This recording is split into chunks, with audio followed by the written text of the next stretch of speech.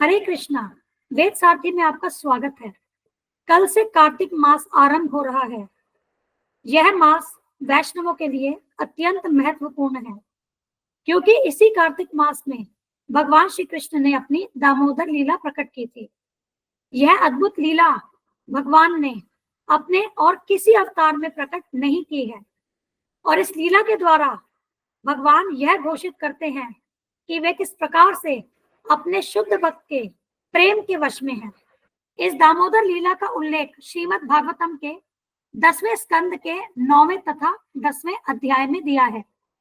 हम इस कार्तिक मास में आपके लिए दैनिक कार्तिक कथा लेकर के आए हैं, जो हम कल से आरंभ करेंगे, जिसमें हम क्रमबद्ध रूप से इन दोनों अध्यायों का अध्ययन करेंगे। और यह कथा वेद सारथी चैनल पर प्रतिदिन प्रातः 5:30 बजे प्रसारित होगी। हम आपसे विनती करते हैं कि इस कथा को नियमित रूप से अवश्य सुने, क्योंकि यह कार्तिक मास हम सबके लिए एक अवसर है जिससे हम भक्ति में आगे बढ़ें। इस कथा से संबंधित जो भी रहस्य हमें वैष्णव आचार्यों ने बताए हैं, हम उन पर चर्चा करेंगे। और प्रतिदिन जिन श्लोकों पर हमारी चर्चा होगी, उसकी पीडीएफ फाइल, उसका लिंक हम वीडियो के डिस्क्रिप्शन में दे देंगे, और आप वहां से उस फाइल को डाउनलोड करके स्वयं भी उन श्लोकों को पढ़ सकते हैं, उनका अध्ययन कर सकते हैं। हमने इस कथा की रूपरेखा इस प्रकार से तैयार की है। किस तिथि को हम कौन से श्लोकों पर चर्चा करेंगे यह दिया है, तथा उन श्लोकों का विषय क्या है उसका भी विवरण हमने यहाँ दिया है। जैसे 17 अक्टूबर हम बात करेंगे कि किस प्रकार से यशोदा मैया अपने प्यारे कान्हा के लिए माखन मथती हैं। 18 अक्टूबर कृष्ण माता से दूध मांगते हैं, और जब दूध पीते हुए बाधा आती है तो वे क्रोधित हो जाते हैं। 19 अक्टूबर इसके बाद कृष्ण शरारत करने लगते हैं, और माता यशोदा उनकी शरारत को देख करके क्रोधित हो जाती हैं। 20 अक्टूबर माता यशोदा कृष्ण को पकड़ लेती हैं। फिर 21 अक्टूबर को हम बात करेंगे कि किस प्रकार से भगवान श्री कृष्ण अब भयभीत हो गए हैं और उनकी आंखों से आंसू बह रहे हैं, क्योंकि उन्हें डर है कि अब मैया उनको सजा देंगी।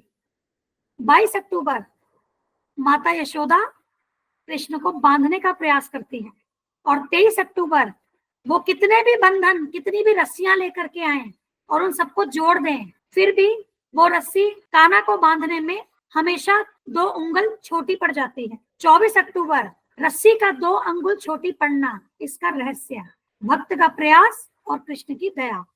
25 अक्टूबर मैया के प्रयासों को देख करके, मैया की थकान देख करके किस प्रकार से भगवान श्री कृष्ण मैया के प्रेम में बंध जाते हैं।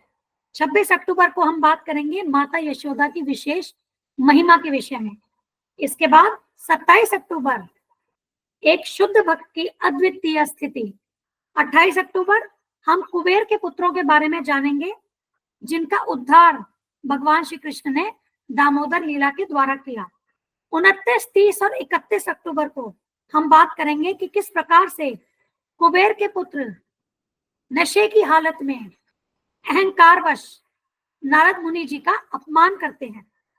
1 नवंबर और 2 नवंबर को हम बात करेंगे कि किस प्रकार से धन का नशा व्यक्ति के पतन का कारण बनता है, और वह पशु हत्या जैसे निम्न कार्यों में भी संलग्न हो जाता है, और जिसके फलस्वरूप नरकीय पीड़ा भोगता है।